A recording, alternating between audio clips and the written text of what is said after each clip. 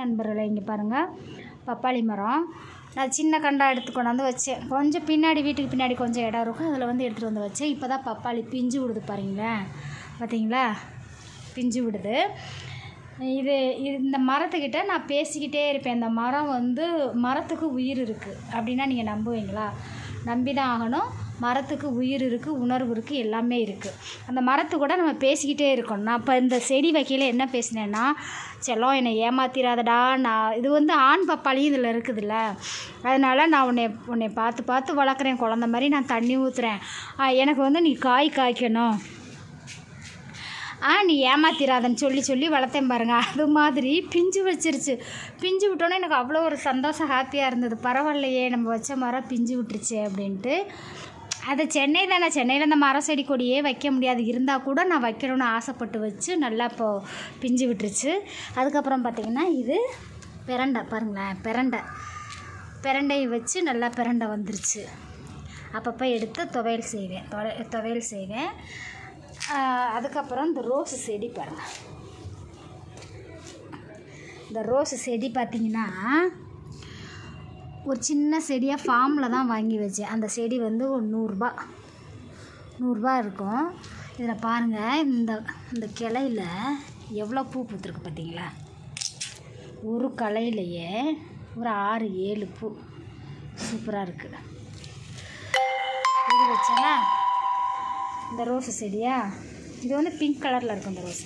அதுக்கப்புறம் இந்த அன்னாச்சி பழம் செடி பாருங்களேன். இது வச்சே ஒரு எத்தனை மாதம் இருக்கும், கிட்டத்தட்ட ஒரு 6 மாதம் ஆச்சுங்க.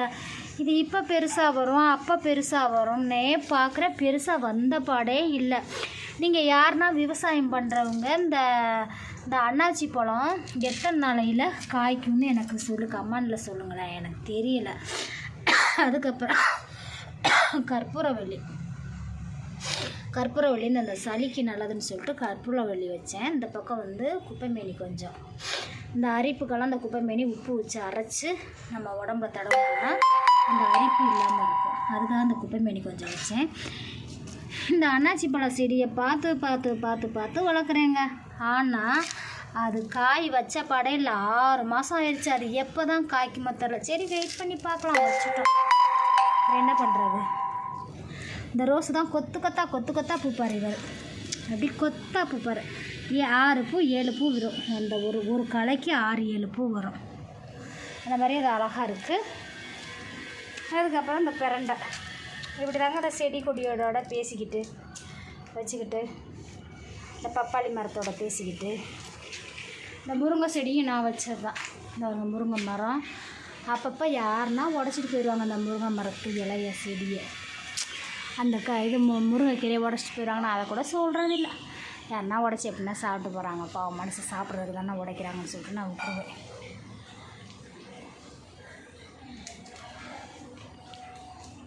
பப்பாளி தான் சூப்பராக பிஞ்சுக்கிட்டு இருக்கு.